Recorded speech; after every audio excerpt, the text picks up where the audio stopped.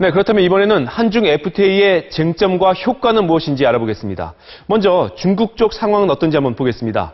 우리나라와 마주보고 있는 곳이죠. 김성현 기자가 중국 산둥성을 다녀왔습니다. 해상왕 장보고의 활동 무대. 중국 산둥성이 동트는 바다 너머로 모습을 드러냅니다. 장보고 장군의 동상에서 일대기를 살펴볼 수 있는 전시실까지 기념관은 관광객들로 북적입니다.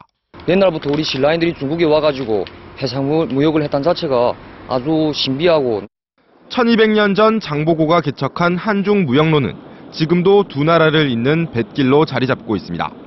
우리나라는 산둥성의 최대 교역국으로 진출한 한국 기업만 4,000곳이 넘습니다. 중국 진출 기업들과 현지 교민들은 한중 FTA가 발효되면 제2의 장보고 시대가 열릴 것으로 기대하고 있습니다. 교역량이 가장 아마 많아질 거로 기대하고 있어요. 이 거리상이라든지 또 물류 유통 문제 이런 것이 굉장히 원활한 지역이거든요. 산둥성은 내년까지 칭다오를 중심으로 한중협력 산업단지를 만들어 신재생 에너지와 전자기업을 집중 유치한다는 계획입니다. 我们现在预期到一旦签订以后，首先是会给我们拓展更大的合作空间。 해상왕 장보고의 근거지 산둥성이 이제는 한중 무역의 미래상을 보여줄 시금석이 되고 있습니다. 네, 우리나라 최대 교육국이 미국이 아니라 중국이 된 지는 벌써 10년이 넘었습니다.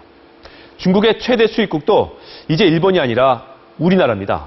중국의 수출국 중에서는 우리나라가 4위를 차지하고 있는데요. 그래서 한중 FTA의 무게감이 더할 수밖에 없습니다. 아직 민감한 품목들이 조금 남아있는데요. 네, 조현영 기자, 가장 쟁점이 되는 부분은 농업이죠? 네, 그렇습니다. 이미 FTA가 체결된 미국과 달리 중국에서는 과일이나 채소 같은 신선식품을 배로 운송해도 하루가 안 걸리죠. 깨, 마늘, 고추, 양파 같은 농산품의 관세가 철폐되면 중국 내륙에서 비료도 안 치고 기른 싱싱한 작물들이 지금보다도 저렴한 가격으로 우리 식탁을 점령할 거라는 우려가 큽니다. 네, 아무래도 이 두 나라 사이에 식생활이나 먹거리가 비슷하다 보니까 더 문제가 될 것 같은데요. 네, 그렇다면 중국 측에서 가장 민감해하는 부분은 또 어떤 겁니까? 네, 샤오미 같은 회사들이 스마트폰 그리고 TV 많이 팔고 있지만 그 안에 들어가는 디스플레이는 여전히 국산이 강합니다. 디스플레이, 우리가 수출할 때 내는 관세가 5%인데요.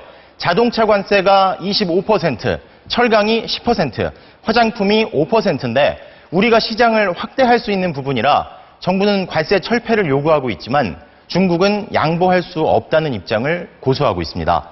하지만 협상이 시작된 2년 반 전과는 달리 중국이 우리를 맹추격하고 있는 분야가 늘면서 철저한 대비가 필요하다는 지적도 나옵니다. 우리 기업들이 중국 시장에서 성공하기 위해서는 차별화된 제품, 브랜드, 그다음에 디자인으로 승부를 해야 될 것이라고 생각합니다.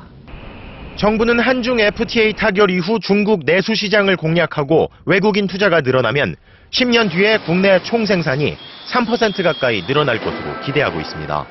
MBC 뉴스 조현용입니다.